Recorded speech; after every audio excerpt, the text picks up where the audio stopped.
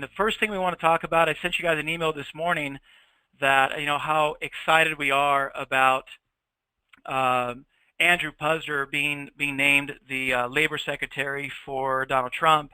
Now, listen, it does, regardless of how you voted or how you feel politically, this doesn't have to be a political conversation. But the great thing about Andrew is he's been a franchisor since 1997. Carl Karchner brought him in. The founder of Carl's Jr. brought him in because they were in a tremendous mess, and he was going to come in to renegotiate some of the company's debts. Turns out he ends up becoming the CEO of the company, and he's been the CEO of Carl's Jr. ever since 2000. He joined the company in '97 and became the CEO in 2000. But regardless of how you feel politically, one thing about him is he runs a company that does over $1 billion in sales, mostly through franchises. These are some corporate owned and some franchise owned. So this is somebody who understands a labor force that is getting paid minimum wage, understands how to build jobs, how to help your local business owner be able to thrive. So we were really, really excited about this appointment, and it's a tremendous thing for us, for our company, for home care, for a franchise, that he's going to be the labor secretary. And we're going to get into a little bit more about Trump and what's coming in 2007. But we wanted to open with that and say that we're extremely excited about this appointment. Chad, any comments on that?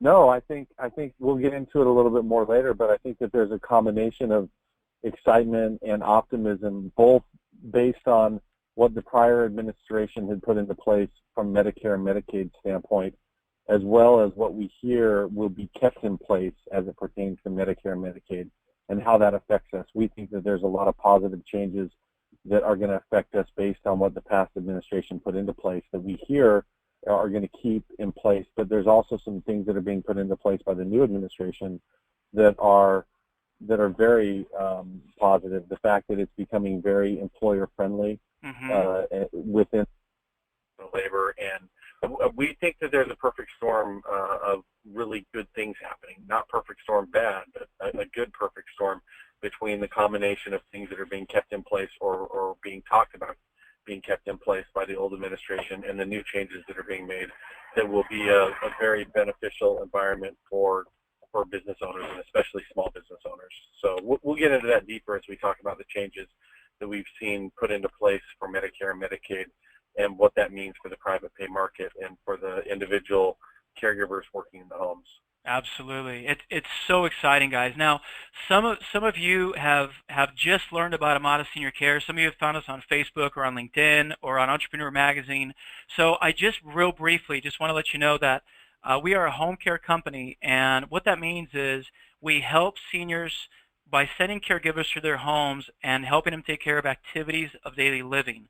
These are things like dressing, bathing, walking, grooming, toileting, getting to the doctors on time, meal preparation. It's whatever they need in order to thrive. And our caregivers are there anywhere from 4 hours a day to 24/7 in the home with that senior. Now, what Chad did back in 2008, 2009 is they started to realize that, actually, did I get the year right? I mean, do you guys start doing assisted living in what year, Chad? We actually were in business for, I think, 3 years. We started our business in 2007. And I think it was about 2010 or 2000, maybe even 2011. It was 3 to 4 years into doing our business where we realized there was a lot of people who having a caregiver in the home was not the best choice for. And so we started looking at bringing in a different model. We actually had a social worker who worked for us, and he told us, you guys don't realize this, but your business model is somewhat flawed. You're incentivized to keep people in the home, which sometimes is not the best thing for them. In many cases, being in a memory care facility or being in a boarding care, depending on budgets, care needs, or even socialization needs, there's some people who are just ultra social, and being at home with a caregiver maybe a year after their spouse passed away might have been a good thing. But after that, they really needed to be infused back into a social environment like in assisted living. So the social worker really convinced us that we need to expand our model, and we did expand our model into what we call assisted living placements, where instead of just providing care in the senior's home, we actually started to facilitate and almost act like a real estate agent for these seniors, helping them find out, based on their budget and their care needs and their socialization needs, which was the best of these assisted living or memory care facilities or even boarding care environments. And then we would help facilitate that, and we would have contracts with these different places where they would pay us a referral fee for doing it. So, we were incentivized at that point, and the social worker made a good point. He said, your business needs to be incentivized to do what's right for the client. And once we were incentivized to do what was right for them, it didn't matter if what was best for them was to go to an assisted living or to go, have a caregiver in the home. We were incentivized either way. And it really changed my perspective, because I realized at that point we had been a little biased, and we were pushing people, even though I didn't even know we were doing it. But you have a tendency to push people to having a caregiver in the home because that's what's beneficial for you and your business. But there were many times we would get clients who would need to go to an assisted living, or their budget would preclude them from having a caregiver in the home anymore. And so at that point, we would place them, and there was no monetary compensation for that. It was just doing what was best for the client. But the minute we made that change to change our model from a business perspective, it really opened things up, and we became known as a company that was just going to do what was right for the client. So we started getting placement referrals and home care. I will say the majority of our system focuses on home care, and that's the majority of their business. But I do have some people who are really, it took us 3 to 4 years to really start to be good at and start to do placements well. But now I have franchise partners that are really starting to dig into that model and do well there as well. And it's interesting because it allowed also the referral sources, and we'll talk more about that later as we talk about differentiation, to see Amada not just as a one-trick pony, but as somebody that it wasn't about tricks. It was really that we were going to do whatever was best for that client. And what was great is these guys grew the company since 2007, and we started franchising in 2011.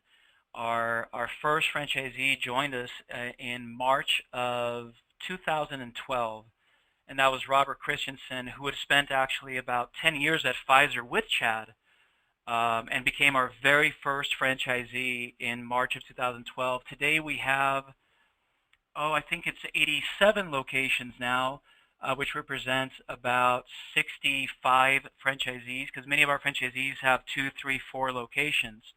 And actually, Chad and Tafa grew the company from 2007 to about 2014 or 15 to 8.7 million in gross revenues. And this is really going from 0 clients when Chad and Tafa started in 2007 to revenues of 8.7 million here in Orange County. Just their one location here in Orange County employed about 350 caregivers and a staff of about 14 administrators. Chad, would you talk a little bit about going just a little bit back and briefly about how you and Tafa got together and what led to starting the company in 2007? Yeah, absolutely. I think, I think to go to the very beginning, Tafa and I had played football together in college, and we had kind of lost touch with each other. And I had been doing my career at Pfizer, and he started his own company very similar to what Amada became. He started a nurses registry where he had RNs and LVNs that were doing this type of care, and sometimes even a little bit heavier duty care, more medical care in the home. And he had more and more people that were coming to him asking him for non-medical CNAs, certified nurse aides, or personal care attendants, just to do the basic necessities of bathing, dressing, transferring. And so one day we went to lunch, and we were just kind of hanging out. And after lunch, he said, "Hey, I need to go visit one of my clients. Would you come with me?" And we went to go visit his client. And his client was on hospice. And it was a little uncomfortable. I'd never been in that environment before. But we went in, and Tom was saying, "Oh, no, don't worry about it." I'm like, "Are you sure I should come in there?" And he's like, "Yeah, don't worry about it. The guy's really cool." So we went in, and we started talking to this guy, and we ended up staying there for about an hour and a half. And I got to know him really well. And it was really a neat experience for me. It kind of changed my life. And after, I said, you're really blessed to have the job that you do, to be able to help these people at this point in their life. And about a week later, he invited me to lunch again, which was kind of odd because we didn't go out to lunch every week. And he invited me at that point to start Amada. He saw this new expanding need in the market to really focus on non-medical caregivers. And that's what we did. And so we started, and I left Pfizer, and it was probably one of the hardest, most difficult decisions that I've ever made, but it was really a good thing. Starting your own business is not easy. This is not a get quick rich scheme. This is a work your tail off, and eventually you can grow a really good, strong business in a very growing sector, in a growth sector that has a lot of potential. We know the potential and I saw the potential even coming out of pharma, that there were these 80 million baby boomers that were going to be retiring and be needing our care. And so that's why I decided to make the switch. And it wasn't just the demographics. For me, it was tied back to that initial visit of meeting that client. And I wanted, after 10 years in pharmaceuticals, to do something that was meaningful and that I felt made a difference. I'd gotten to the point where I liked my job. I learned a lot, and it was great, but it was not like meaningful. I didn't get done at the end of the day and think, oh yeah, I made a difference in the world. It was providing for my family, and it was learning, business, which was great. But here, the one thing I did realize, once I got my business up and running, it took a year and a half, 2 years for it to really get into place where I kind of got past the point of worrying, are we going to succeed or not? But once you hit that point of, I know we're going to succeed, I know that we're making a difference, then it's just been, I don't feel like I work. I feel like I have a business that really is impactful as to the things that help other people. And most of the time spent sitting with families, seniors who were struggling, and their sons and daughters, mainly daughters, and going through their different options, and sometimes spending 2-3 hours in their home walking through what their options were, and coming out in many cases with them as a new client, and just feeling like, hey, I made it. And they were so grateful for just someone to sit down with them and explain all the different options. And that's kind of our business model. We'll talk more about the business model, but we're not here to sell anything. You have to be good at developing relationships to be good in this business, but the relationship really comes through educating and giving options to families, and being very well versed on what their options are and who the payers are and how to access funds and what options as far as environments are best for those seniors, and just giving the family different advice on how to do that. So that's, I kind of droned on a little too long, Marcos, but that's kind of how we started and how I got so involved in the business. I think that's good. I think it's a good segue to talk about what we wanted to talk to you guys about is how these guys built this business. We started franchising in 2012, and now with these 65 franchisees, we now have this change in administration. I still pinch myself. In fact, election night was one of the most exciting TV events of my life. I think we've witnessed just a historic event, regardless of how you voted. It was just an amazing thing, and it means a lot of different things for us as entrepreneurs. If you look at us, we really are a combination of, you have Chad and Tafa, who started this business as entrepreneurs, who now are teaching other entrepreneurs how to become successful, how to do the revenues they did, how to even be better than they are. We have folks that are beating us at this point out in their markets, which is really cool to see. But you really need to look at us as a group of entrepreneurs who are trying to do something together. So this new administration, these changes mean a lot to us. We talked a little bit about Puzzer as a labor secretary and how excited we are there. But now we want to get into this big Medicare and Medicaid push to take people home. We talked about that in the emails, but it's even more than that. As Chad had talked a little bit earlier, there's things about that the previous administration did which are fantastic, and there are things that are coming from the Trump administration that really make 2007 an amazing year for home care that we're really excited about. So let me just check the pulse here. Can you guys see my screen that shows the big Medicare, Medicaid push? And if you can, just go into the question box. Yep, we can see it. Gene, Ed, Steven, nice. Thanks, guys. I appreciate it. So it's there. Jeff, thank you very much. So Chad, walk us through, and in fact, Chad had to walk me through. Chad always does this presentation when folks come out here for Discovery Day, and we're going to do just a slice of it. but it took me a couple of times to look at it to really get the effect of how big this is. So Chad, talk a little bit about the old administration, new administration. What does it mean to us? Yeah, absolutely. I think we were actually really excited and optimistic about some of the changes that have been put into place for the Affordable Care Act. I think that the past administration had done some things that were really needed, and actually it was a combination of the last 8 years with the Obama administration, but even before that, under the Bush administration through Medicare Part D, we've seen some exciting changes, and especially from our industry. And what those changes from a high level look like is Medicare, I think everyone in all administrations could see was not going the right way. There was 80 million people who had been putting into the coffers and supporting that system who were very quickly going to be now taking out and utilizing those services. And so one thing that the Affordable Care Act did is it created a major area that was to focus on cost savings. And one of the things, by providing health care and expanding Medicaid, which is the lower income strategy and programs throughout every state, they really expanded the Medicaid. But in order to do that, they had to save funds on the Medicare side. And so there were 3 or 4 major initiatives that were put into place that I thought were actually very healthy. Getting as deep as we do into the working with hospitals and skilled nursing facilities and home health and hospice companies, there is a lot of utilization that is probably not needed. And I wouldn't say that it's not needed, but I think it could be better spent elsewhere. And there were some things that the Affordable Care Act put into place.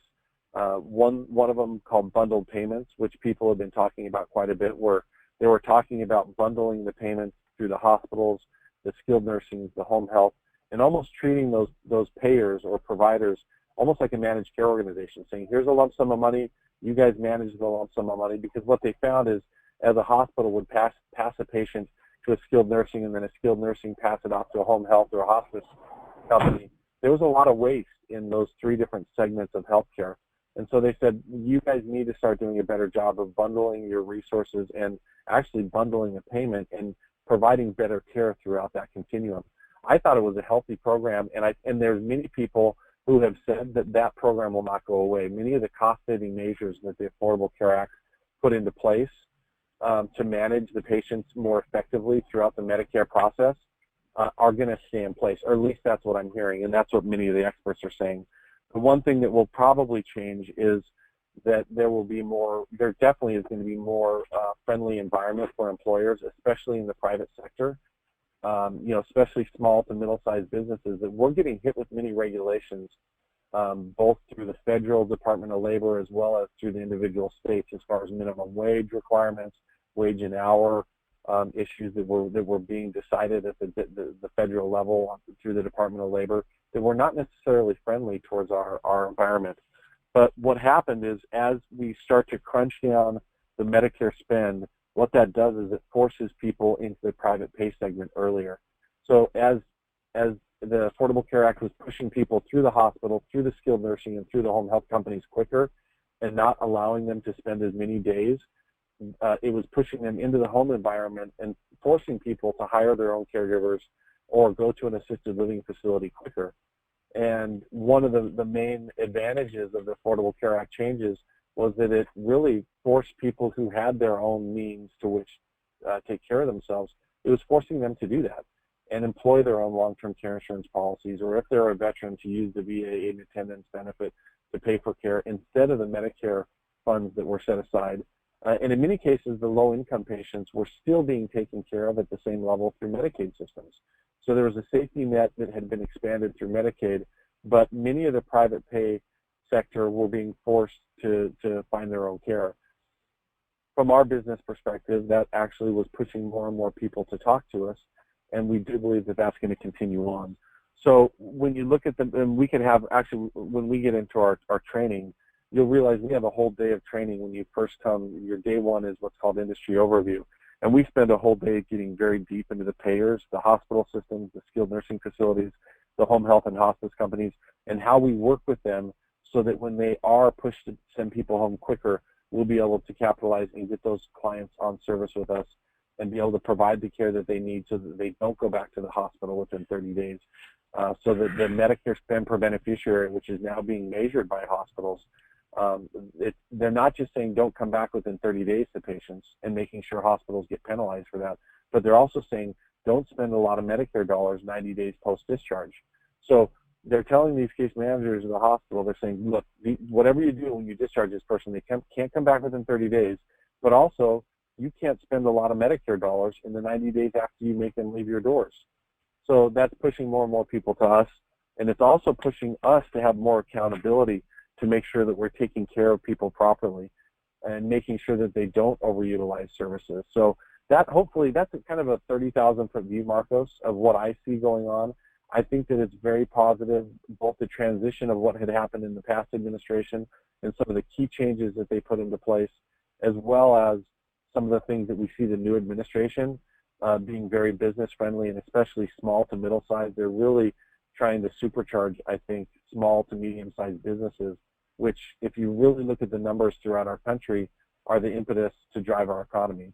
The large percentage of jobs that are created are at that small to medium sized level. Right. And many of the things that were happening were not necessarily friendly, especially in the senior care market, to that industry. Well, now those things are changing with the Department of Labor head being named and being obviously very, not just franchise, but also small business friendly.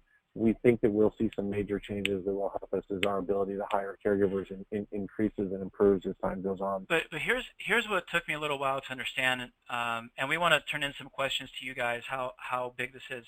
What I didn't understand the first time we talked about this, Chad, is why would a hospital actually want to kick somebody out earlier? Because what I always understood is a hospital, a skilled nursing, or hospice, the longer they have a client, the longer they can keep that person in their bed.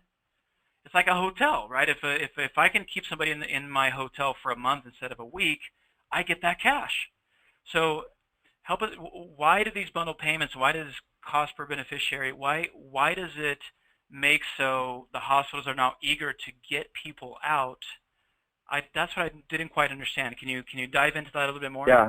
I'll get a little deeper. So to make it simple, basically their compensation is now being tied to that. So if you can't keep people in, number one, with documentation that they need to be there, but there's very strict guidelines as to who they can keep and who they can't.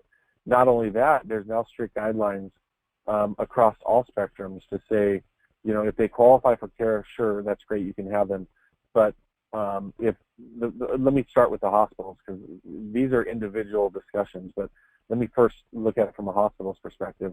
Their perspective is they are now being measured as to their 30-day readmission rate. So they have certain guidelines. Once they hit those guidelines, they have to send the people home. They can't keep them there. And it's really become more of an acute setting, where if they have an acute need and they need something done acutely and their life is on the line, then they can get that done. But the minute that they're no longer heavy-duty acute and they need to leave, they're asking and creating guidelines that Medicare is not going to overpay for people who don't need to be in that environment. So they push people out of there. And they're saying, okay, not only do you have to leave, but you can't come back within 30 days. And not only that, but you, the hospital, is making choices as to where you put these people. If you put them in a skilled nursing facility or you send them home with home health, not only could that affect your 30-day readmission rate if they don't do a good job of caring for them, but we're also going to measure your Medicare spend per beneficiary. MSPB is what it's called. And that Medicare spend per beneficiary looks at how many Medicare dollars they spend 90 days post-discharge. And so and if they don't do well in either of those categories, then they're going to get penalized. If they have a high readmission rate or they have a Medicare spend per beneficiary which is above the average, they're going to start to get penalized and lose Medicare dollars. 2016 is the first year that they're really starting to look at this Medicare spend per beneficiary and saying, not only do you have to make sure they don't come back, but if you spend an inordinate amount of Medicare dollars, you're going to have a high MSPB and you're going to get penalized, and we're going to take that reimbursement away from you. And those dollars could be spent at the hospital level, skilled nursing, or home health, right? It's not just the dollars that are spent in the hospital. They're being responsible for the entire spend throughout that spectrum. Yeah, their Medicare, a hospital's Medicare spend per beneficiary starts the minute they leave the hospital. A Yeah. skilled nursing Medicare spend per beneficiary starts the minute they leave the skilled nursing. So every level of care is now starting to be measured as to how many Medicare dollars you spend once they leave your facility. So in the past, it used to be very simple. A hospital would say, oh, okay, well, let's just discharge them to a skilled nursing facility because we know that we have to get them out of here, and we also know that we don't want them to come back within 30 days. So let's just send them to the local skilled nursing facility and give them rehab for 14 to 21 days. Well, that's all and good, but in many cases, Medicare is saying they didn't necessarily really need that. And if they don't need it, we're going to now start to penalize the people who are overutilizing those Medicare resources the minute they leave your facility. So it's becoming an environment which is, look, if you really, really, really need these things, we'll pay for them. But if you don't, there's no longer just sending people to skilled nursing facilities because it's the norm or the average thing to do. In fact, in the Medicare guidelines, it actually says that skilled nursing facilities are only really going to be used for medically necessary people, but over the years that's it's kind of been whittled away, and people kind of send anyone who really can, and obviously the skilled nursing facilities marketing people are going in there saying, hey, send all your people here, and they're dropping off donuts and bagels. But there's a perception amongst Medicare that skilled nursing and other Medicare reimbursed services are overutilized. And the way to control that is by giving cost savings measures both to Medicare spending per beneficiary, where they penalize based on overutilization, or even bundled payments where we say, look, we're going to give you a lump sum of money. We'll give you $22,000, and if you manage that really well and you don't utilize a skilled nursing or home health hospital, or if you're a skilled nursing and you don't use home health after they get done, and you can do that well without spending those dollars, you guys get to keep that money. Yeah. And that's Jeff just put on here. Hey, Jeff, great comment. You said the other factors, like what Chad would get into, quality, cost, patient satisfaction, value-based purchasing, all just huge big words that are affecting these hospitals so much. Yeah, absolutely. And those are the other key measures they're looking at, and they call it all patient satisfaction. And they are tying it to patient satisfaction numbers as well as quality measures that they're trying to look at. But I think the real reason that they're doing all of this is to say, obviously we want to have happier Medicare patients, but we can't sustain the current spending that we've put into place for the baby boomers' parents for the baby boomers. There's just too many of them, and really, to be frank, the Affordable Care Act really expanded and bolstered Medicaid, the lower income programs throughout the state. And those monies had to come from somewhere, and in many cases they came from Medicare. They said, we're going to not take away from Medicare, but we are going to whittle down Medicare to have it be more medically necessary instead of overutilization with people. In many cases, I think they're saying, hey, if you have someone who can go home without skilled nursing or home health, why is Medicare paying for that? In many cases, these people may have either veterans benefits, private pay where they can pay for it on their own, or in some cases, long-term care insurance. And so we're seeing more and more people accessing those benefits quicker. So I'd love to ask you guys, Chad said something that was really important, and I'd love to, if you guys can answer on the questions. So we have a big division here on this side. Chad said if a skilled nursing can avoid the use of hospice and use something that's outside of this, why is that a positive thing to us? So I guess the question is, are these pressures going to send us more clients or less clients? And I'd love to hear from you guys if you think that it's more or less clients toward us. And why? Why would they want to send more clients to us? What is it about this dividing line that we have here that makes that we're such an attractive option for these guys? And I've got Jeff here saying more, William more, Bo more, and Chad, if you just tie it back in of really why is it? Why are we getting more? Why are they using us more than using each other? Good question. That line that you see, John, on the slide, Marcos, is basically the Medicare payment line. And everything on the left-hand side of that line is paid for by Medicare. And when Medicare crunches down what they pay for, that pushes people over to the other side of the line, which is the private pay market. which is caregivers, assisted living, boarding care, memory care facilities, which people have to pay out of pocket. And that's the market that we specialize in. That's where all of our services that we provide fall within the private pay market on the right-hand side of the line. So as that line gets shoved over farther and farther to the left, and it crunches down how many services are being provided, it pushes people onto the right-hand side, which is us, much quicker. And it makes them choose, okay, am I going to have a caregiver? In many cases, and I think you mentioned hospice, which is interesting. If there's one area that is definitely going to probably still be protected, it's going to be hospice, because they see hospice as a money-making, it makes Medicare money, or saves Medicare money is a better way to say it. Because when people do decide to go on hospice, the cost savings is phenomenal, because what it does is it cuts people from going to the hospital over and over and over again. It just basically provides all their care at home, provides more palliative care where it's more, pain management and palliative inaction. And it's not heavy-duty treatment, which in many cases, I think when you look at the Medicare dollars, a large majority of those dollars are spent in the last 6 months of life. So I think hospice will continue to expand, and in many cases, they're making exceptions for hospice to be utilized because they want that service to be used, where they're really going to try to crunch down as to the skilled nursing and home health, and even in the hospital where it can be very expensive and not necessarily, in their mind, worth the cost that's being spent. Now, I hope that explained it better.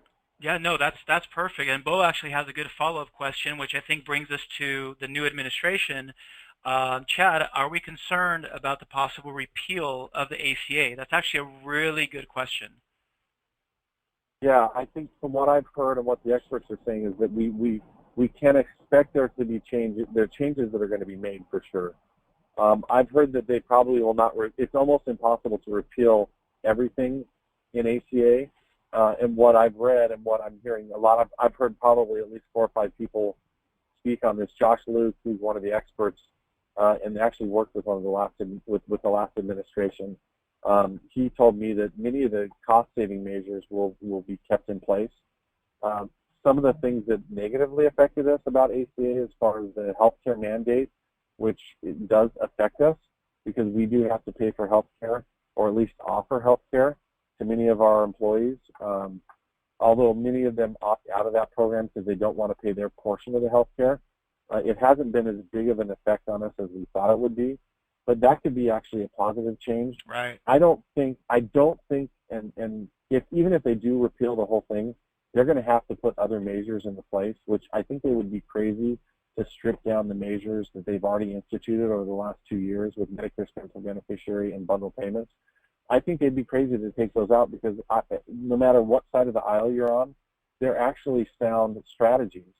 And I think that to expand Medicaid and put dollars into the states, which can then control more cost saving or more programs for the lower income. That's right. I think in many cases, whether you're a Democrat or Republican, you can see that as a positive thing. I mean, pushing more money over to states and allowing them to use those for their Medicaid programs and saving money out of a federal Medicare program, it could almost be perceived as a Republican initiative. It was, I think, what was perceived negatively was the mandates to provide health insurance for the employees, which I have heard that they're looking at. I don't know what that will change, but if they did repeal that, that would actually be a very positive thing for us. Although what I'm seeing is having that health insurance in place for those employees, even though they don't opt, some do opt in, and it really helps those caregivers. And we are about providing a good environment and job for our caregivers. They are one of our 3 key things that we really have to look at. And to be honest with you, once you start your own business and you start hiring caregivers and you realize their livelihood and who they are and how incredible they are, you want to provide those resources. Top and I, before ACA, had made a decision to provide health insurance for all of our caregivers, even though many of our competitors didn't. And it wasn't a huge expense. We worked it into our costs, and we were glad to do it. And the caregivers that opted into paying for their portion of that were very happy to have it, and it was a very necessary service. So I think we're going to have to wait and see with ACA what is repealed and what is not. But from what I'm hearing, the things that I've been talking about most likely will not be repealed, and if they are, there'll have to be other measures put into place that are similar. And by the way, Chad, Trey Moreland is asking about the Medicaid voucher program, which is kind of interesting. We kind of make this a little easier to understand by the fact that it's not Medicare or Medicaid, but there are some really cool things happening in Medicaid as states are fighting for more discretionary ability to spend Medicaid. There's a great article yesterday about the governor of, I can't remember the state now, where he is appropriating more dollars from Medicaid and putting people on Medicaid, and then also providing job training so that they can get off the Medicaid services. But there are states now that are spending millions of dollars, that are experimenting with spending millions of dollars in home care. So Medicaid is becoming a player. I think it's important to talk about, and it kind of blurs the line on that slide between what Medicare and Medicaid pay for. You know, in many states, and now with the addition to dollars in these Medicaid programs, we are now getting contracts to provide care in many of the states that we provide services in. And now Medicaid is paying for home care. It has paid for it in different states. Top and I did not opt to provide care under the Medicaid programs in California because of some of the restrictions and mandates that we didn't want to be part of. But there are other states that are structuring their programs very friendly for agencies like ours.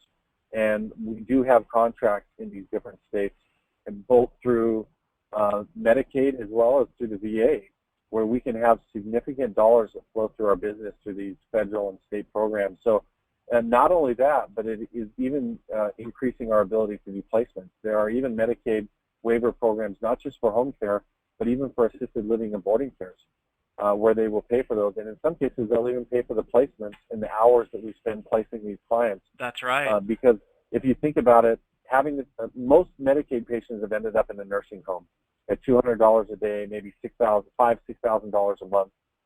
Well, in many cases, you can find a boarding care and assisted living for significantly less than that. Like boarding cares here in California go for $2,500 a month. In the state of Washington, they actually pay for boarding cares, and they'll pay $3,500, $4,000 a month. And in that boarding care, they may have 2 caregivers taking care of 6 people. In a skilled nursing, you may have 1 caregiver taking care of 20 clients. That's right. So the care is better, the cost is less. The Medicaid systems that are smart are really starting to look at why are we putting everyone and warehousing all these seniors in skilled nursing facilities when we could actually provide care for them at home or into an assisted living or boarding care for a lot less money and have better care. So I'm really glad you brought that up. We try not to get too deep because sometimes it confuses, what Medicare and Medicaid pay for. And there's some states that Medicaid, they don't have good waiver programs. But one of the first things we ask you to do in your training is to go back into your state, and we work with you once you're working through your licensure to find out what those Medicaid waiver programs are. That's right. And then we do a cost analysis with you to find out if we would recommend that you get into those programs. Because in some states it doesn't make sense when you look at the cost and what they're reimbursing.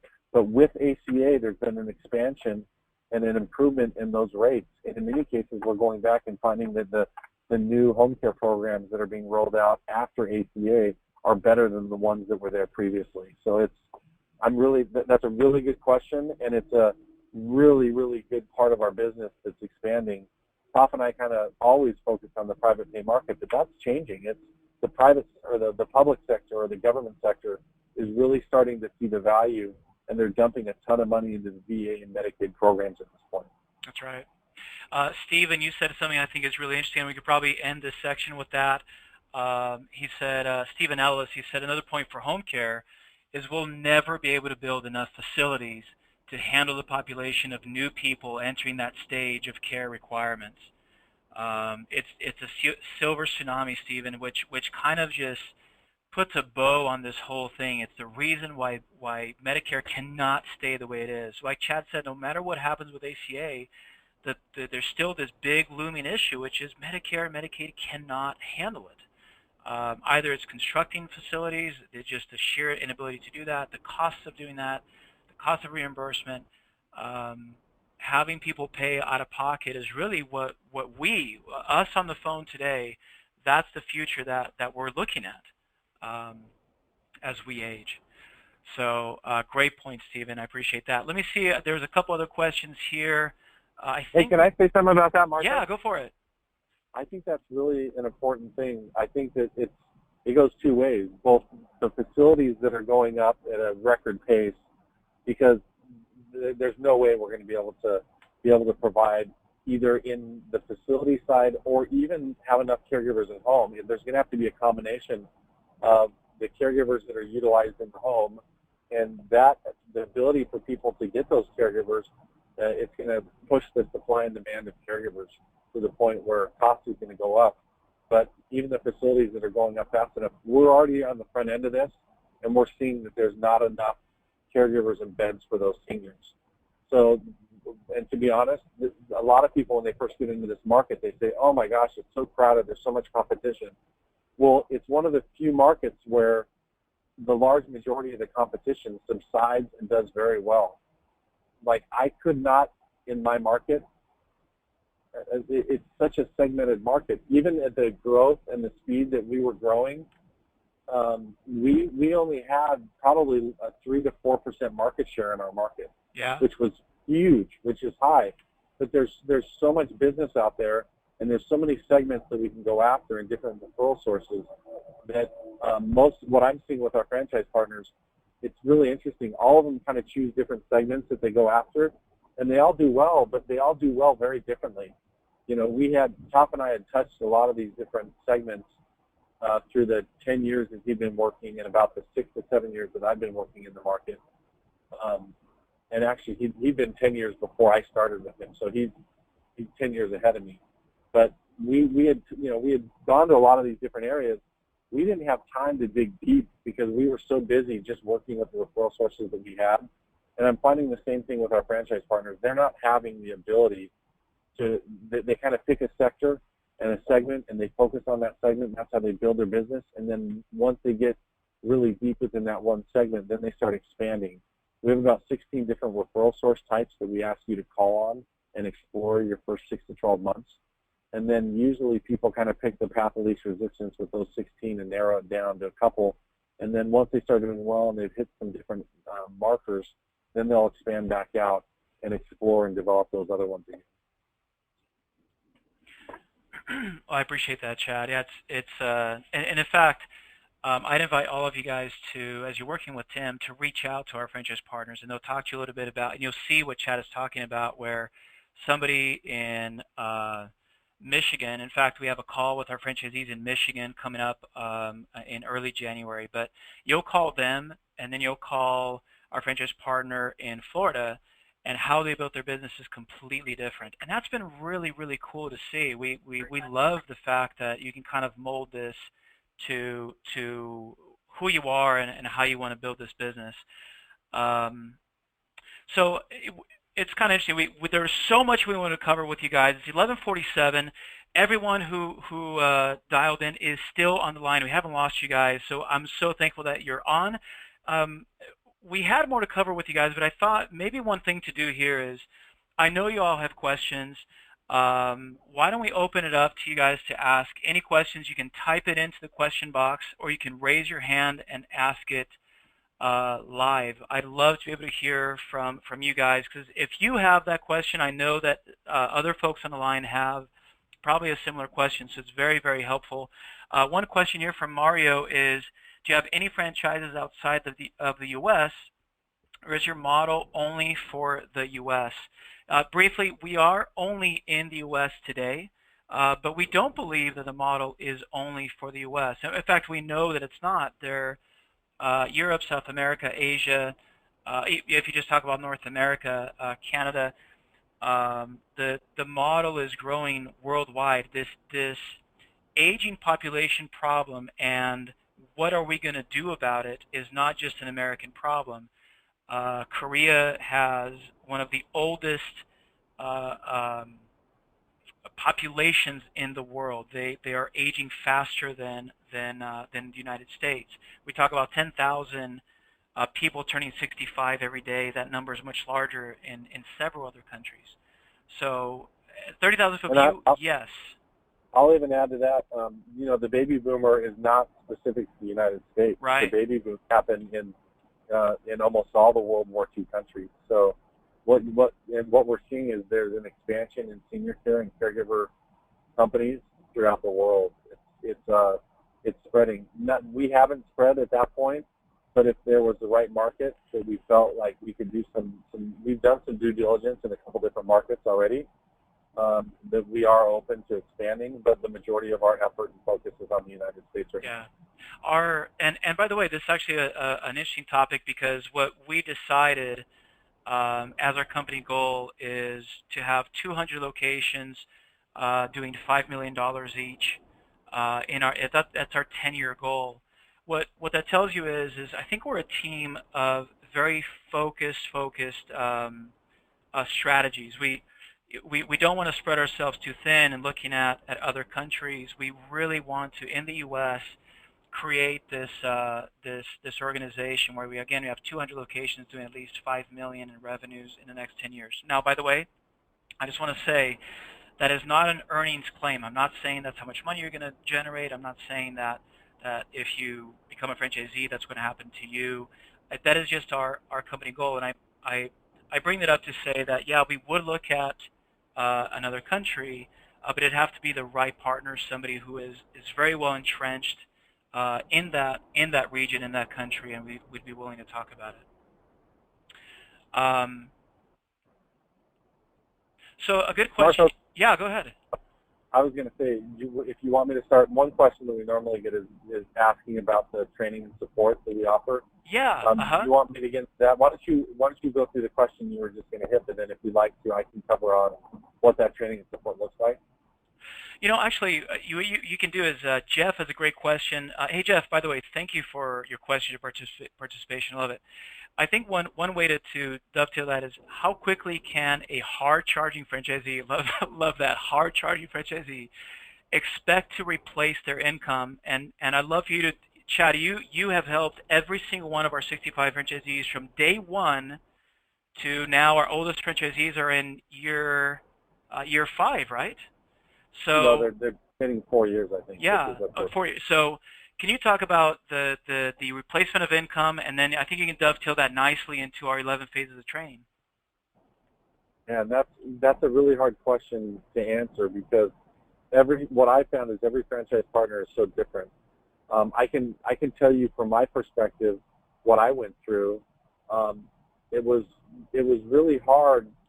That was my question too, and I remember asking Taco, like, how quickly can we start to make money, and how can I replace my income and support my family? And I had those same questions. But what is crazy is starting your own business is so different. Our first 6 to 12 months, Top and I were doing very well. We were growing rapidly, and we were bringing on a lot of new clients, a lot of new caregivers. It was growing, but that was a problem. We were growing so quickly that any profitability that we had was being pulled into our payroll, and it was a cash flow issue. So, like, I can't honestly tell you you're going to replace your income within this period of time. In fact, my highest performing franchise partners, they replace their income and pull cash out of the business slower than the ones who perform slowly, if that makes sense. I know it doesn't. It probably doesn't make sense, but it's the reality of starting your own business. And what we went through is, my first 6 to 12 months, on paper, we were making a lot of profit, enough to start to replace a good portion of my income.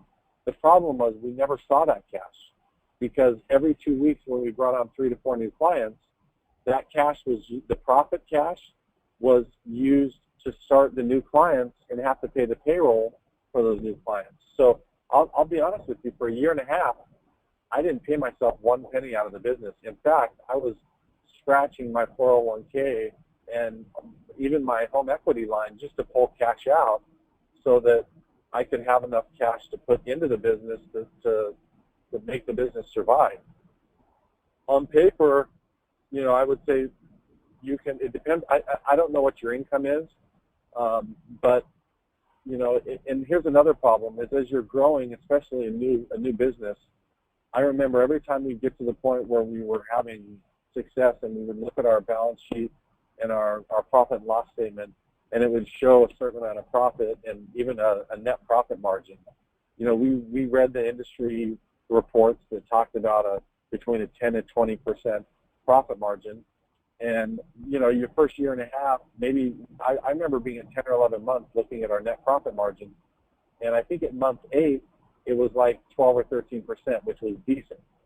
But then in month 12, it went down to like 7%. And that was because we were hiring new people to take on more roles, to take on more functions so that we could spend more time selling. So, and I've had different franchise partners say similar things to me, like, I can't do this anymore. My net profit margin is 6%. And I'm like, well, you're 8 months in. You know, most businesses don't make profit until they're a year and a half in. So you have to be wary. It all really depends on your growth and how quickly you can grow and bring clients on. And when you say hard charging, if you're a really good salesperson, that's awesome because you're going to grow as a business and you're going to be successful. But it's also going to require, you know, 2 to 3 times more cash than someone who maybe isn't as good a salesperson. And I know that that's like counterintuitive, but that's just the way it works. So I don't think I can give you a time frame on when different people, and if you look at our FDD, you can look at when people on average make different amounts of revenue, and you can then start to extrapolate that and say, well, an average profit margin, net profit margin is between, you know, 10 and 20%. But I'll be honest with you, if you're quickly growing, your net profit margin and your cash and your ability to take cash out of the business is not going to happen because all that cash is being put into your growth. Now, at the same time, you're growing a business that's extremely valuable. I remember at one point we had a private equity group come in and talk to us, and they analyzed what we were worth. And I remember I had not pulled a lot of cash out. We weren't making a lot of cash profits or even pulling money out. But they told me the value of the business, and I'm like, oh, well, that's like 5 times more than what I pulled out of my 401k. That's a good investment. But that was the first time it ever really occurred to me, like, oh, this is a really good thing. This is like financially going to be really worth my investment. Because at that point I was like questioning, like, man, is this really worth my time and my effort, the money I'm putting into it? Because I'd always been an employee, and I'd always thought to myself, okay, you know, I take home a paycheck and I put a certain amount of my 401k, and for the first year and a half of my business, my 401k was shrinking. I was using my 401k to support my family expenses and to support the growth of the business, and it was shrinking much quicker than I thought it would. So hopefully that answers you and gives you a realistic view of what really happens when you start your own business. If you grow in this business and you have the ability to make relationships and get sales and get referrals, eventually you will hit different lulls. And I wouldn't say lull, it's more, there were certain times we were so busy we couldn't keep up with our growth, both from a financial perspective and even from a caregiver perspective. Our ability to recruit, in some cases, was we had to stop selling, where we would just go find caregivers for 2 or 3 weeks at a time. And we were hoping the phone wouldn't ring because we had too many referrals and not enough caregivers. And I'll be honest with you, that's starting to be an issue with some of, and we tell all of our franchise partners, every time I talk to them, the first question I usually ask them is, how's your recruiting going? And in many cases, when they're brand new, they say, that's not a problem, I've got plenty, you know, I just don't have enough clients. And so every time I make it a point when I talk to them, hey, how's your recruiting going? Because eventually that's going to flip-flop where the biggest issue that you have is going to be your ability to recruit enough caregivers to staff the clients that you have coming in. It's a real counterbalance that you have to continue to weigh as where you put your time and effort and resources. Well, that's a good answer. Hopefully it answers your question without answering your question. Yeah, Jeff. And what I would recommend, Jeff, also is reach out to as many of our franchise partners as you can. Tim can help you do that. They're listed in our franchise disclosure document, and everyone will have a different answer. There's folks who have grown at a measured, textbook type of path, and were able to replace their income fast. Others that just grew like a rocket. And like any business, like Chad said, we had to really help them get through that crazy growth. And others who grew very slowly. So I'll say one thing that's been really helpful is Jeff, our CFO, has instituted a practice where once people get to anywhere between 6 and 12 months in business, he has a real sit down with them and he goes through their P&L. We go through P&L and initial training, but it doesn't really mean a lot to you because you have no P&L. we tell you how to read it, and we tell you what's important and what should your net profit margin be, and how to manage your costs and what areas you should be spending money in. But honestly, it's like going to a class and learning something before you have any type of lab where you actually learn it in real life. And so we train you on those things, and we train you what you should be looking for, and then we kind of help you. But once you have that meeting with Jeff when you're 6 to 12 months in and you have 10 or 15 clients and you have 30 caregivers, then it really becomes real, and he can teach you what areas you need to really balance and measure on your P&L so that you can show profitability. Or in some cases, he'll say, look, your profitability is high. You need to invest more in infrastructure so that you can grow your business. You need to hire another scheduler or hire another recruiter so you can spend your time selling. A lot of times people get stagnant because they don't have the infrastructure in place, and they're killing themselves doing every part of the business when they need to hire someone, even if it does decrease their profitability a little bit for the next 3 to 4 to 5 months. Because you will hit glass ceilings where you can't grow because you don't have enough bandwidth within your organization because you haven't hired either the right people or the right amount of people. Now, so I've got a couple questions about so there's 2 lines of questions here. One of them is differentiation, and in fact, we talked about some of the emails I sent to you guys leading up to this call. We talked a little bit about differentiation, and there's some, how the questions are with these changes with the ACA. How aware are the referral sources of these changes? And 2 is, how do we differentiate ourselves from all the competition out there? Chad, can you talk a little bit about that? You mentioned that we only had about 3% of the business here in Orange County, but it was still a huge amount of business. But what is it going to take for a new franchise partner to steal market share in their new markets using our model? And what I'll do, Chad, I'll bring up the slide that has our referral sources, and maybe you can use that if you'd like as you talk about it. Yeah, let me first answer the first question that was posed, which is how, and it kind of, these 2 questions kind of feed off each other, but the first question is how likely are referral sources to know what we're talking about?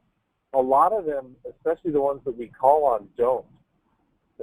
A lot of the case managers and social workers of the hospitals, they've been asked to perform certain functions, but they don't know why they're performing those functions. For example, they've been asked very implicitly to decrease. They've been said, look, you have to decrease our 30-day readmission. And they know why they have to decrease that because they know the hospital is being measured on that 30-day readmission rate. But now, this year in 2016, they were asked to now start to measure and quantify the different skilled nursings and home health and narrow the networks of those different providers, post-acute providers that they work with. In many cases, the social workers, they base that based on the hospital CFO or someone telling them, hey, it's all about patient quality. We need to start measuring the patient quality of these skilled nursings as well as the average length of stay, as well as the average Medicare spend. And they don't know that there's this new Medicare spend per beneficiary. And the reason why I know that is because we actually created a CEU for all of our franchise partners to give on this topic.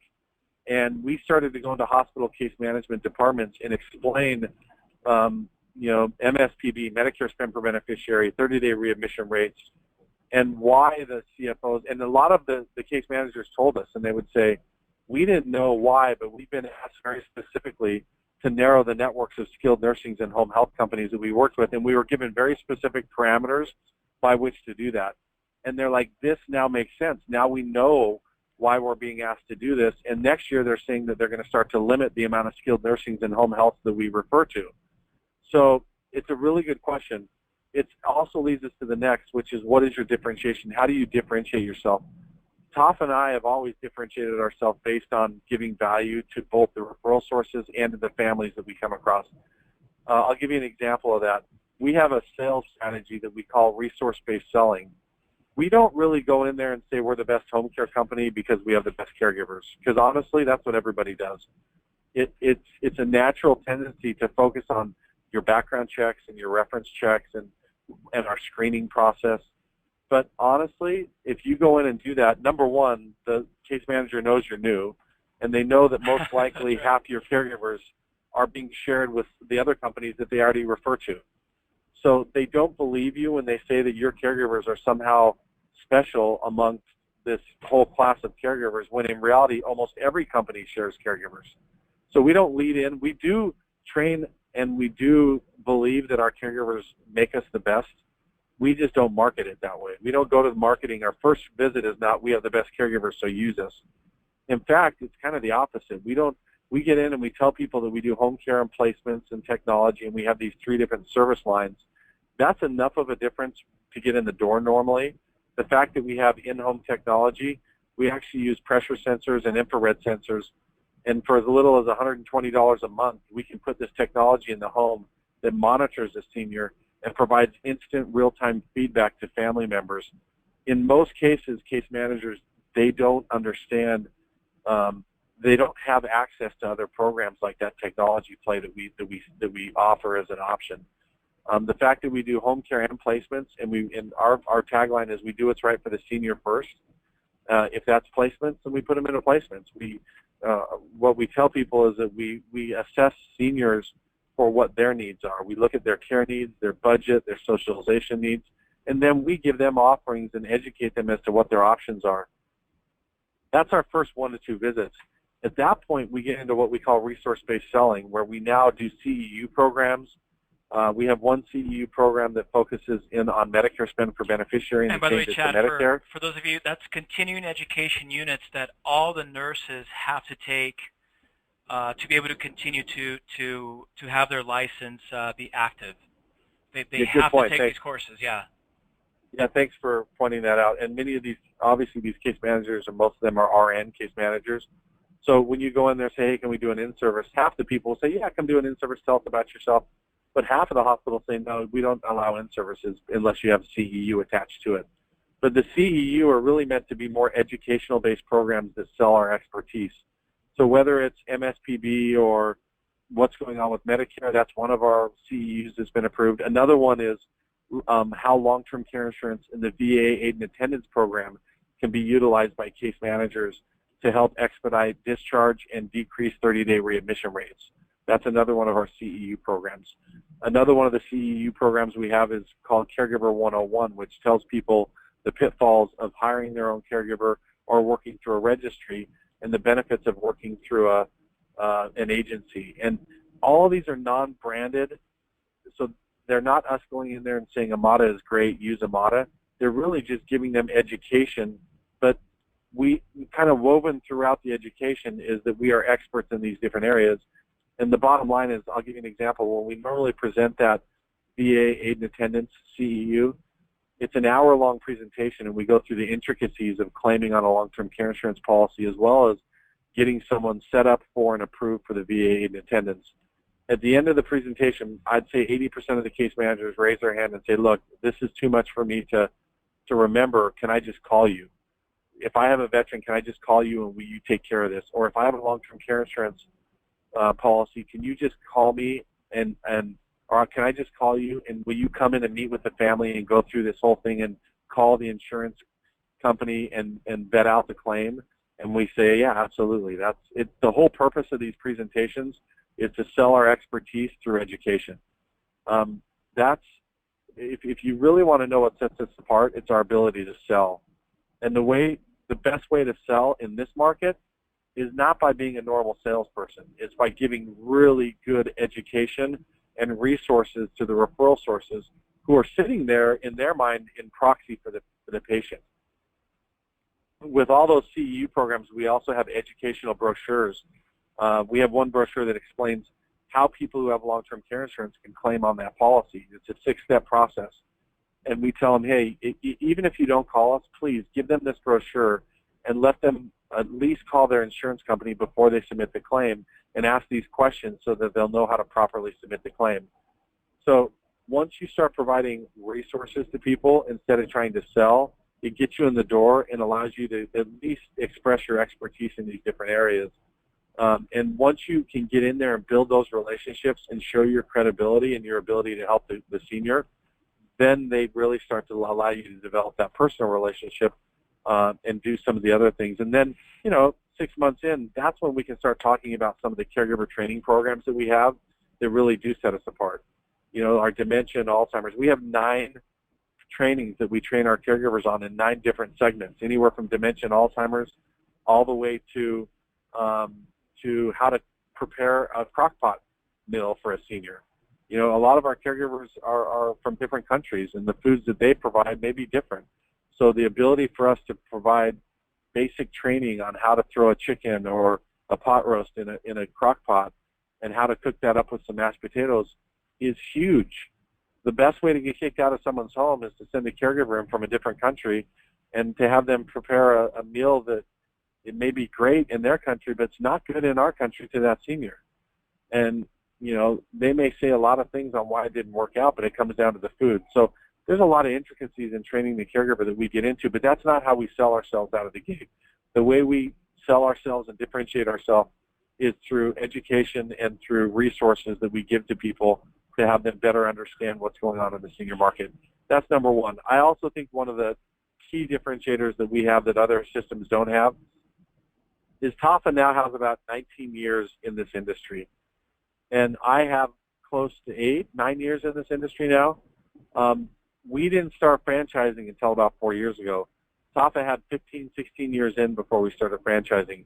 Most franchises do this for 2-3 years before they start to franchise, and they have a very limited base of information and knowledge base on where to acquire caregivers, acquire clients. We have, I think, even though we've only been franchising for 4 years, if you talk to our franchise partners and what has made them successful, it's their ability to tap into and understand and know many different segments in this market. We have some people who focused on long-term care insurance, some who focused on workers' comp, some who focused on Medicaid and VA programs, some who have gone to third-party administrators through nursing assessments. I would say our top 10 people who are all at $1 million in revenue, they all do things very differently. They've taken a very segmented part of our training that we've trained them on, and they've kind of taken a whole different focus on that segment, and they've gotten very deep and been able to produce a very good amount of clients and really grown their business around that one segment. Toph and I, when we grew our business, it was really balanced and measured. I would say we had a very evenly spread focus on referral sources. We had about 15 different referral sources. He and I, of those 15 different referral sources, we probably had on average about 10 of each of them. And then we had 150 call points, and we would split those up, and we would basically call them on a regular basis. What I'm finding is that some of our franchise partners take a little bit easier approach, and they go a little bit, where they can have the low-hanging fruit. And then they expand their business into those different segments once they've built the base of their business on a segment that makes more sense to them. So I think not only when you look at our training, I don't know if you can go to the slide, Marcos, that talks about our 11 phases of training and our 37 fundamental calls. One thing we've realized is that we need to spread your training out over a period of time. We used to try to give you as much information as we could in the first, 2 to 3 weeks before you come to training and during training, and then the 3-day visit when we come out.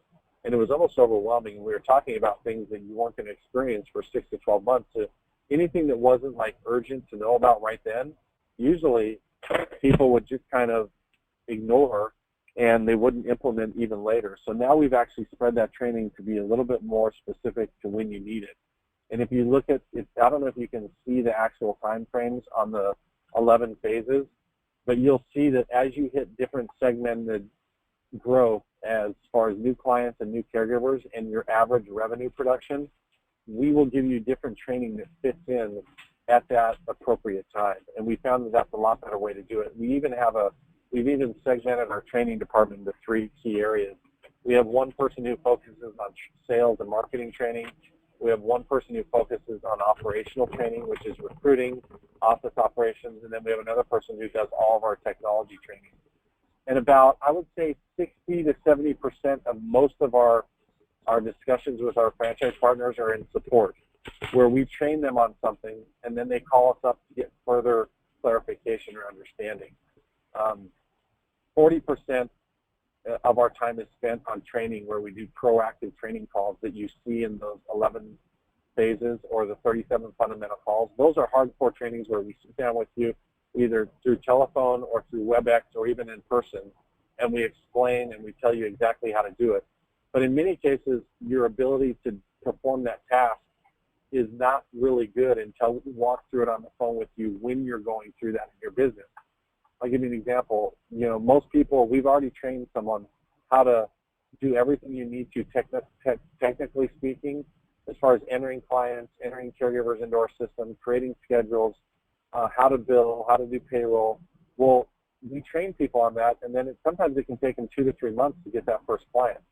Well, the minute they get that first client, they know how to give the log in and log out for that caregiver. But when it comes time to do payroll, they freeze and they're like, I completely forgot everything you told us. So usually that is them calling up Emily, who's our technology training and support person, and she basically takes over your screen and shows you step by step how to do it again.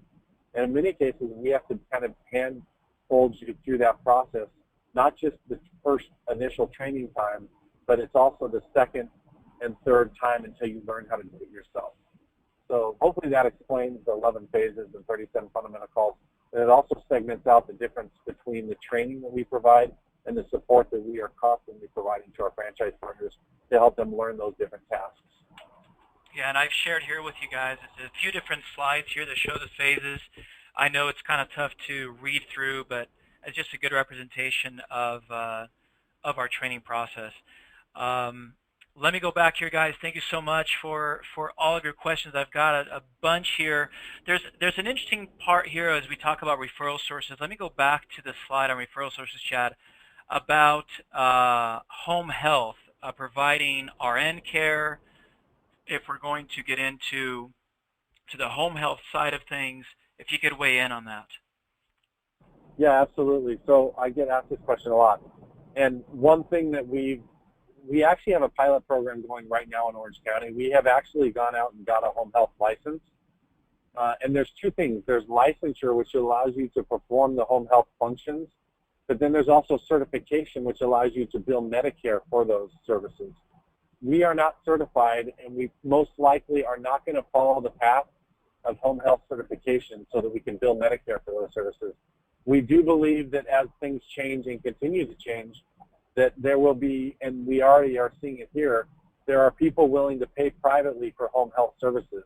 As Medicare is cutting those services off or cutting their reimbursement of those services off, that doesn't mean that people don't still need the services. So we are providing, and we're seeing a market and a kind of a new growth in this market for private pay home health services. And we and a couple of our franchise partners are already piloting that, and we're seeing some really good success in that market.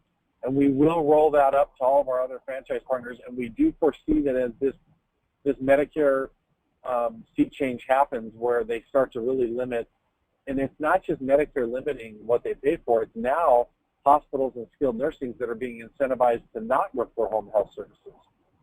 So we do believe that there will be a growth and an explosion in home health services paid privately. And in many cases, the long-term care insurance that we're already billing for caregivers can also be billed for home health services outside of Medicare. So we do think that that's a really strong growth segment. We do foresee that spreading out to all of our franchise partners, not just the current pilot programs that we have. So it's a really good question. And I don't know if you were asking specifically about Medicare reimbursed. I don't see a lot of promise in Medicare reimbursed home health because of the limitations and the desire to cut down on those services. I see more of a growth potential in the Medicare, and I also don't really like the regulations that come and the oversight that Medicare mandates for Medicare certified home health. I'd rather do it private pay and just deal with the state requirements for the home health license. You know, as Chad talked about, one thing that's happening in Medicare is and home health specifically, there's so much fraud going on in home health Medicare that the states have just gotten, and the federal government has just gotten crazy about it. It's a really big problem. There's a lot of states putting moratoriums on people being able to do Medicare. I agree with Chad, but there are huge opportunities in the Medicaid side that we talked about earlier. Katie, one thing you said here, a quick question I think we knock out is, and if you have it, I'm wondering if others do too. So for now, the franchise is offering assisted living, not personal home care, right? So Katie, just to back up, so the franchise is, we have two major models, which is home care, sending caregivers to seniors' homes. So we do that. That's our bread and butter, really. But then we also help families where home care is not ideal. We help them find an assisted living, boarding care, Alzheimer's care unit, whatever community is best for them.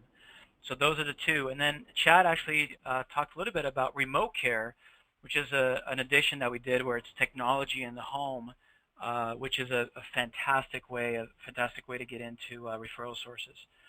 So just wanted to, and Katie, please, if you have more questions about that, please let me know. I do want to let you know that. So just to be clear, it's assisted living placement. We don't own any assisted living. We only contract with the assisted living facilities, and they pay us a referral bonus when we refer someone into their facility. Yes, perfect. Thank you, Chad. Thanks for clarifying that. And by the way, for those of you who, I don't know that we'll be able to get to all the questions, but please keep in touch with Tim. Tim is sending you a few emails today that are sort of a continuation stage from this call today. And you can engage with Tim to go through our discovery process. And because I do have a lot of questions about, how much does it cost to start the franchise, what territories are available, and a lot of those questions. So I do want to show you that we do have a formal discovery process that we walk you through, and we really do answer all of your questions. Marco, yeah, go ahead. Let's do a machine gun question and answer. Let's go through 10 of their questions and do quick 5-second answers. Let's do it. Let's do it. And here you have the steps of discovery. So you have emails from Tim. So all you need to do is reach out to Tim and start scheduling out your discovery process. Many of you, I see you recognize your names, you're already going through the discovery process. But that's a perfect way to do that is just reply to Tim's email or give him a call. And he never sleeps. So you can reach out to him anytime, and he'll be able to start scheduling the discovery process for you. And we'll get back to that here in just a little bit. So a great question from Robert Agranov. Thank you, Robert. This is great. Chad talked about 15 different referral types. Well, what are these referral types, and how many are there really? Well, there's 15. So there's 15 to 16. When we put you through training, we actually, and let me just kind of give you an example. Obviously, hospital would be one of those. Skilled nursing would be another. Home health would be another. Those are 3 of the 15 right out of the gates. And there's a lot more. I mean, if you dug into workers' comp, there are a lot of workers' comp insurance companies. There's elder care attorneys. There's financial planners. I mean, we have 15 different types of referral sources that we teach you about. And when I say that there's 15 types, your market will have these 15 types. But then there's probably anywhere between 5 and 15 to 20 of each of those types of referrals. So you may have 5 hospitals, you may have 10 skilled nursing facilities, you may have 20 home health companies, you may have 10 different elder care attorneys, 10 different financial planners. What we try to get to is 150 call points for each of our franchise partners. And what we recommend is 50 calls per week, which is a 3-week call cycle for the first month or 2. Just so you can really get a wide base and know what your options are. Very quickly, most of our franchise partners narrow that 3-week call cycle down to a 1 or a 2-week call cycle. And they narrow, of those 20 skilled nursings or 10 skilled nursings in their territory, they realize that half of them are Medicaid only, and that Medicaid only we can't do a lot to help those people, because many of them are going to stay there for the rest of their lives. So we may narrow it down from 20 down to 10 or 10 down to 5. And very quickly we go from 150 call points maybe down to 60 to 70 call points. And of those 70 call points, you may have 10 to 15. We don't recommend that you call on all 15 call points right out of the gates, because some of them, I'll give you an example, an elder care attorney, if you go to them your first month out and you tell them you're brand new, they're probably not going to utilize you. We recommend that we introduce that elder care attorney maybe about a year in, when you can tell them, yeah, we've been in business over a year now. and you have 20 clients and 40 caregivers, it's very unlikely that an elder care attorney is going to utilize you. So the first question they're going to ask you is how long you've been in business. They're all about liability and referring to the companies that have a proven track record. For them to refer to someone who's a month in puts them in their mind at legal liability. So that's just an example. I mean, we'll go through every single referral source and how to call on that person, who are the key points, people to talk to, what are the key objectives you need to cover. Our selling points to all 15 of those call points are very different. What we utilize, what resource-based selling strategies we use for them differs depending on who they are. So I think I named off maybe 7 or 8, maybe half of those. We try not to get into all of our secret sauce.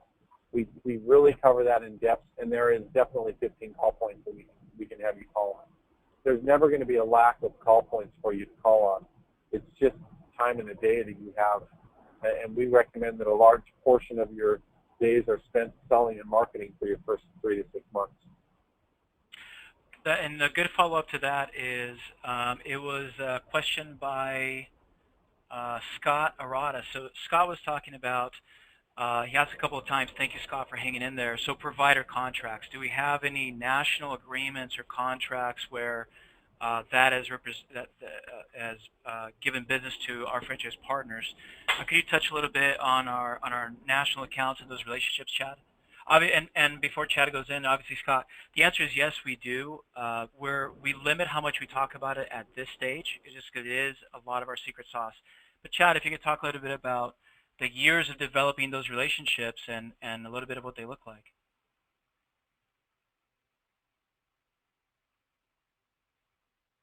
Sorry, guys, I accidentally hit mute. Yeah, I'll talk to that. It's actually Tafa's biggest focus. Tafa runs our national account department, and we spend I would say he spends about 80 to 90% of his time on developing national accounts. We have national accounts both on the home care side, where there are home care clients that come to us, as well as on the placement side, where we have national contracts with assisted livings to have those contracts in place. Brookdale is it's the largest assisted living in the country, and we have a contract with them nationally. They were actually, I think that they're like the biggest by 5 or 10 times of even their second competitor. So we have national placement contracts. A lot of our contracts have to do with long-term care insurance. We've met with all the largest carriers as well as the TPAs, as well as the largest brokers that sell long-term care insurance. So that's a major sector. That's probably as deep as I'll get into it today. But we do have national accounts in those areas that we will introduce you to and get you involved with as soon as you come on as a franchise partner. Perfect. Scott, if you have a follow-up question to that, please let us know. And let's see here. I also had a question about territories, and I can cover that real briefly. So remember, we talked about our biggest goal is to have 200 locations doing $5 million each in the next 10 years. And what that means is we're not the kind of company that's looking to have even 1,000 locations in the United States. And you'll see that by what we've awarded so far. So several places in the state of Texas have been almost all awarded, and we don't have that many franchisees there. And so when we look at our territories, we want to make sure that you have a large enough demographic within your territory to be able to do what Chad talked about, which is be able to reach out to those referral sources. You have a great demographic of seniors, the right blend of income for each of the referral sources that we talked about. But what we do is, as we talk to you and you go through the discovery process, we are going to hand design your territory. So our marketing team goes through a couple hours of research in each of the territories and designs it based on a lot of different demographics. And they'll meet with you one-on-one to be able to go through what that territory looks like.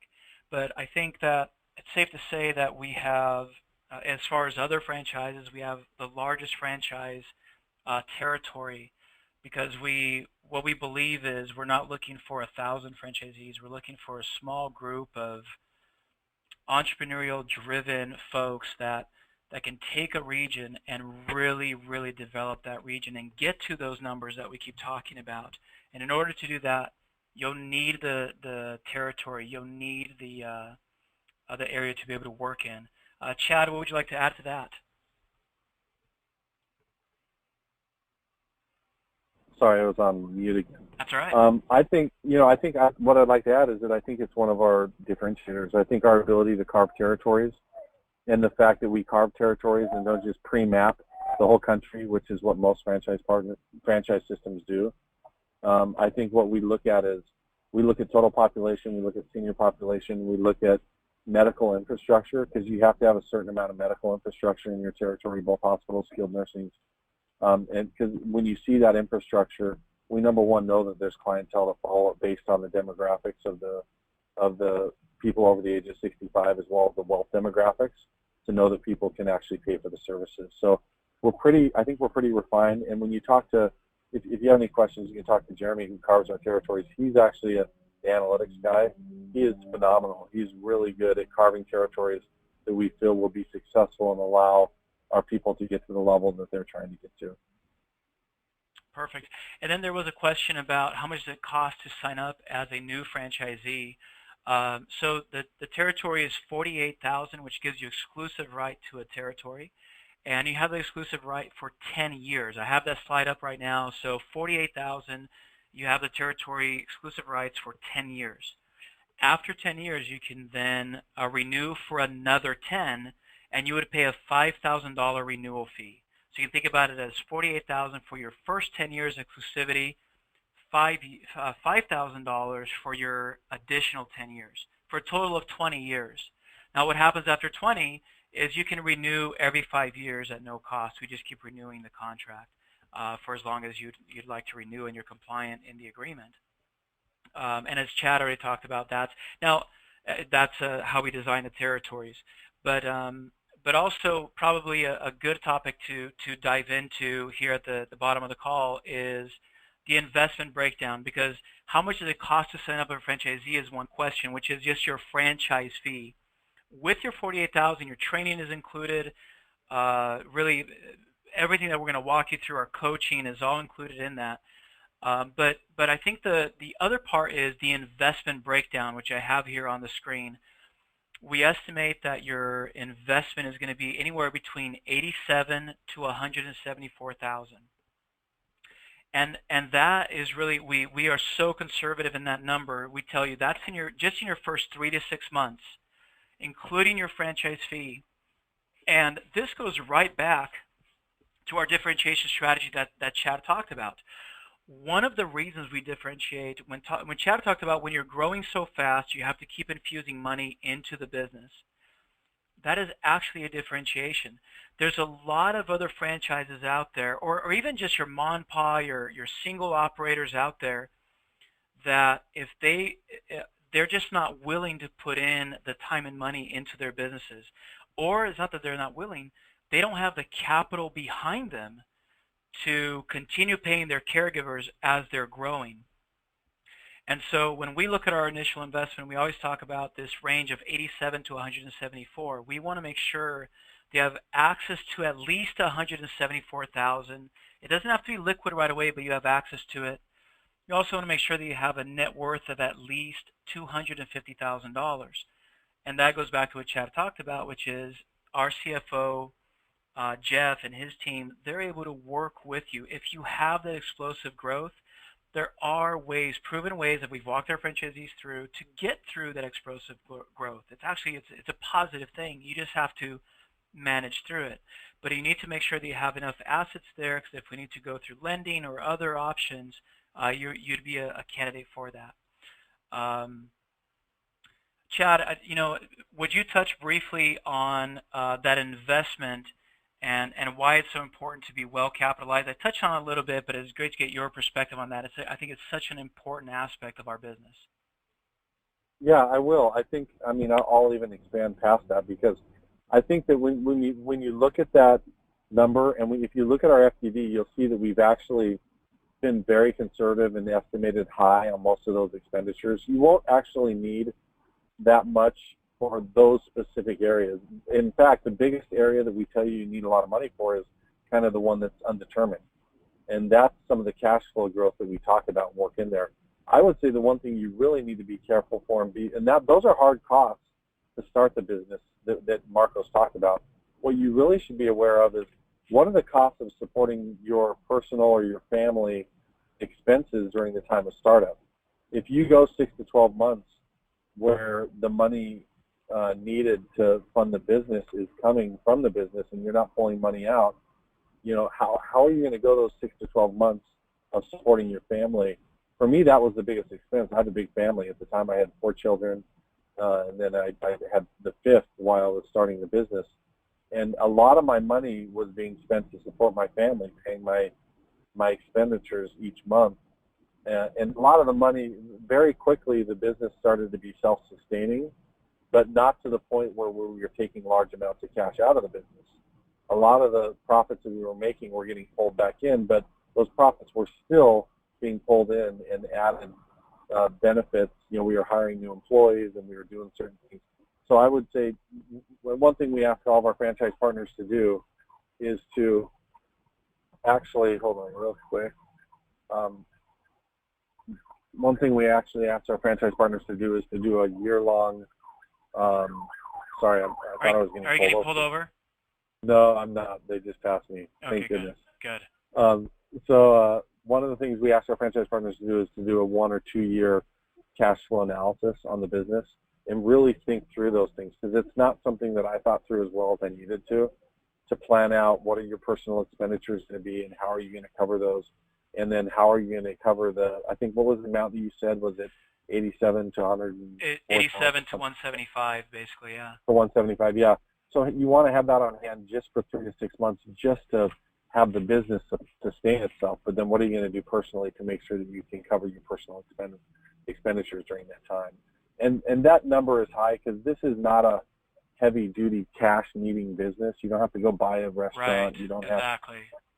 What a lot of that money is that we put in there for is really to fund your growth and make payroll as you're growing, and having that cash on hand to be able to do that.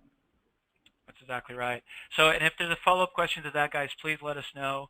And we help you through the discovery process to really drill this in. We never want to have somebody join us who's not well capitalized, just taking a flyer, see if this will work. We really want you to be well capitalized. It's one of the biggest differentiation strategies you can have with the competition that's around you is that. It's being well capitalized, getting through the tough parts of the business, getting through the crazy growth.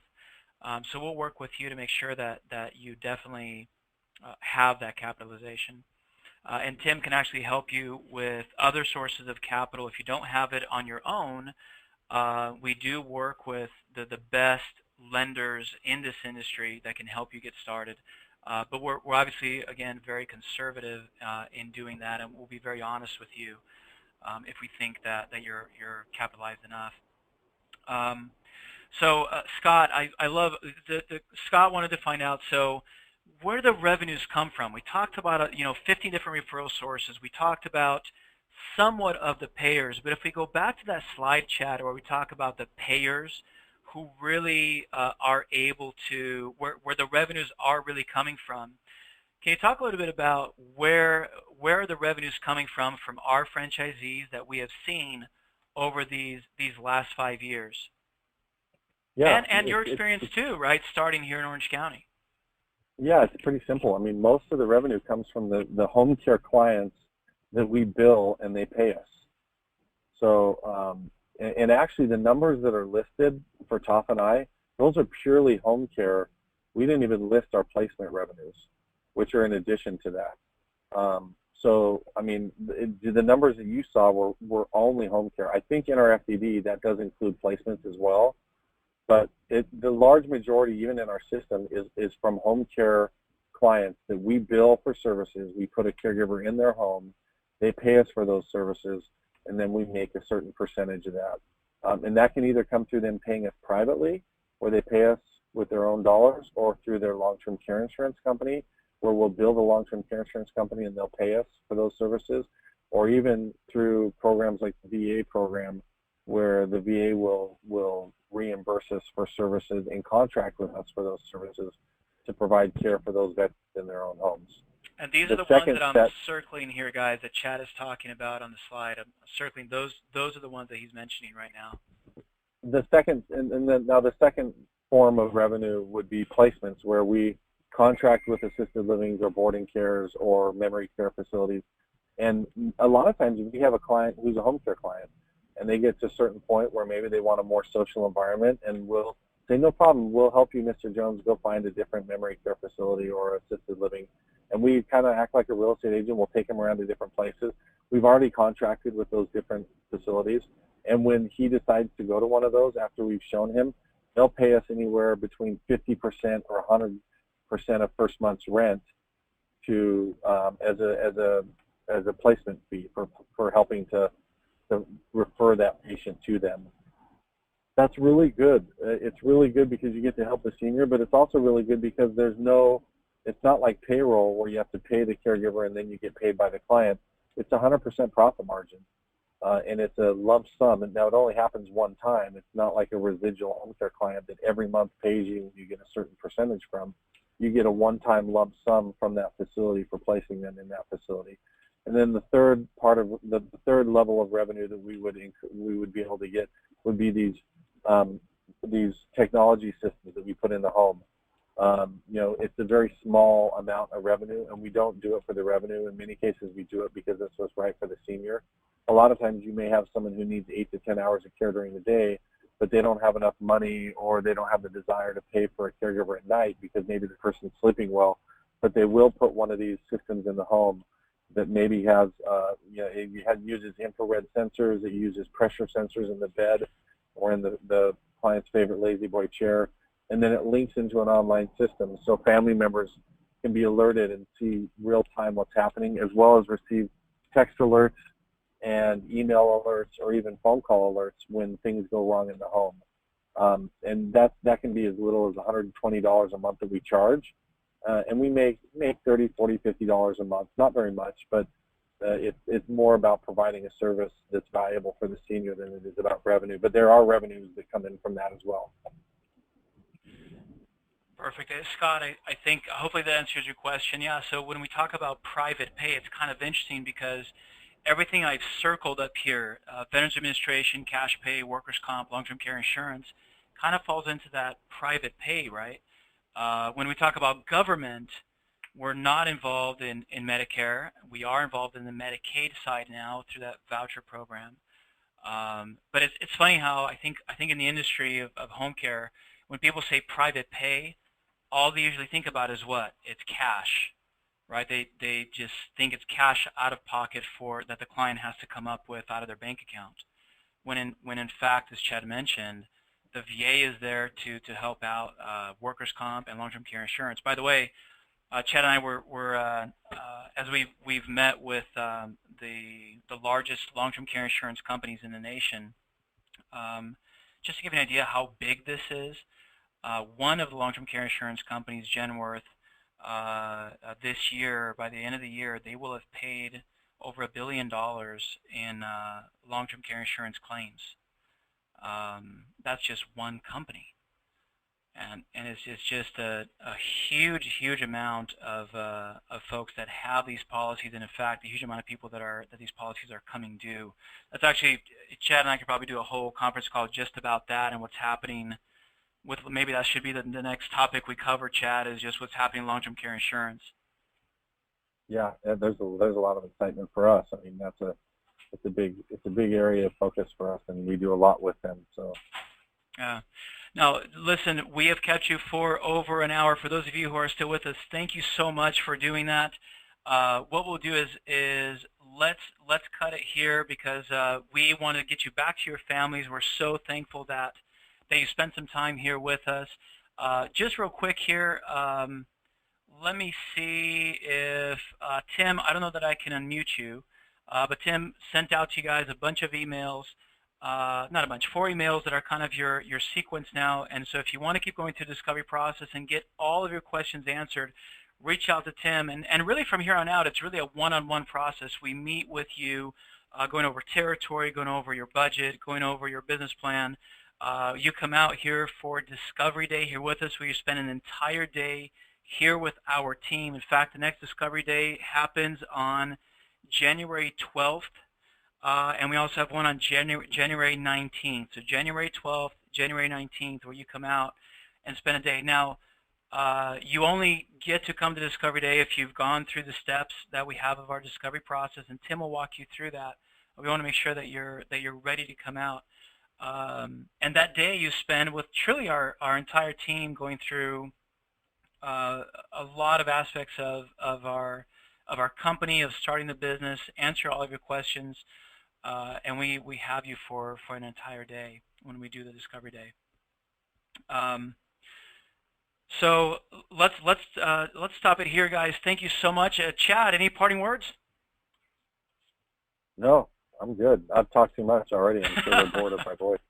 Well, listen, thank you for joining us on this week of Christmas and New Year's, and we're excited to get you guys through the discovery process and help you determine if this is the right business for you coming into the new year. We know that this is a time of a lot of introspective, where you're thinking about this year and you're thinking about next year. Our only goal is not to convince you that this business is right. It's really just to walk you through the steps so you can make a decision between you and your family if this is the right business. In the meantime, we'll also get to know you and see if we believe this is the right business for you, and we'll be completely upfront and honest with you the whole way through, and help you decide if this is the right venture for you and your family. All right. Thank you so much for your participation and being on the call with us today. Reach out to Tim. You can reach out to Tim today, and keep going through the discovery process. Thank you, everybody. We'll talk to you soon. Bye-bye.